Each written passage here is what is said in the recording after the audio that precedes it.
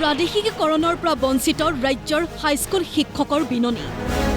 বছৰ বছৰ ধৰি বিনা বেতনেৰে শ্ৰমদান কৰা দুৰ্ভগীয়া শিক্ষকসকলৰ মুখ্যমন্ত্ৰীলৈ কাটৰ অনুৰোধ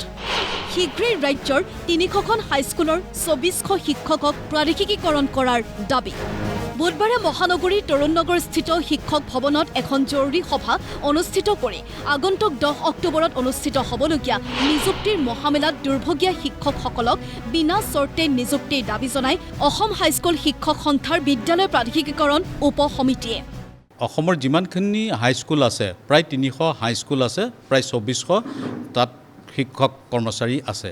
গতিকে আমি আজি লগ লাগিছোঁ চৰকাৰক যাতে ১০ অক্টোবৰ যি মহামেলা পাতিব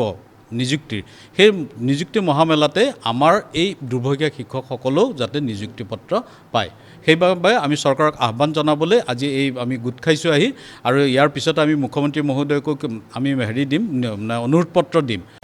আনহাতে ৰাজ্যৰ কোনো এখন অপ্ৰাদেশিকৃত হাইস্কুলৰ শিক্ষক যাতে বঞ্চিত হৈ নাযায় সেই ক্ষেত্ৰতো বিশেষ গুৰুত্ব দিবলৈ আহ্বান চৰকাৰক লগতে বৰ্তমান সময়লৈকে বিনা বেতনেৰে শিক্ষকতা কৰা ইউডাইছত নাম থকা প্ৰতিজন শিক্ষক কৰ্মচাৰীক প্ৰাদেশিকীকৰণৰ আওতালৈ আনিবলৈও দাবী জনায় শিক্ষকসকলে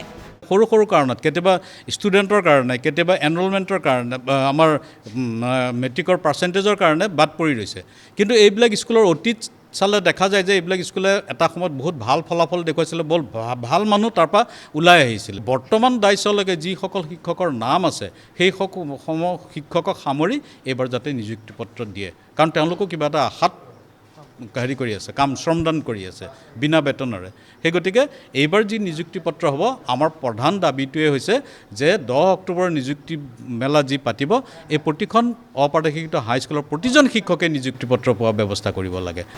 বছৰ পিছত বছৰ ধৰি বিনা বেতনেৰে শ্ৰমদান কৰা শিক্ষকসকলে মুখ্যমন্ত্ৰী ডক্টৰ হিমন্ত বিশ্ব শৰ্মাৰ চৰকাৰৰ দিনত আশাৰ ৰেঙনি দেখিছে বুলিও মত প্ৰকাশ কৰে আনহাতে অসম হাইস্কুল শিক্ষক সন্থাৰ দাবী এইবাৰ এই শিক্ষক কৰ্মচাৰীসকলৰ বিনা চৰ্তে পূৰণ কৰক দাবীসমূহ অপ্ৰাদেশিকৃত বিদ্যালয় শিক্ষকসকলে পানী খাই পোৱালি পঢ়ায়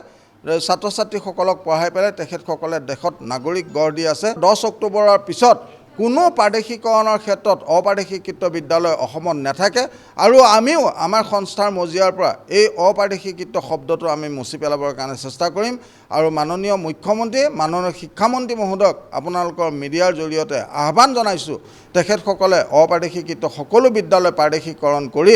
এই অপ্ৰাদেশিকৃত শব্দটো যাতে উঠাই দিয়ে আৰু এই বিদ্যালয়সমূহ এই পৰ্যায়ত বৰ্তমান প্ৰাদেশিকৰণৰ আওতালৈ আশাৰ পথ দেখিছোঁ গতিকে আমি ভাবিছোঁ যে এইবাৰ এই ২০০৬ চনৰ পিছৰ যিখিনি ৰৈ গ'ল বিদ্যালয় সকলো বিদ্যালয় প্ৰাদেশিকৰণ হ'ব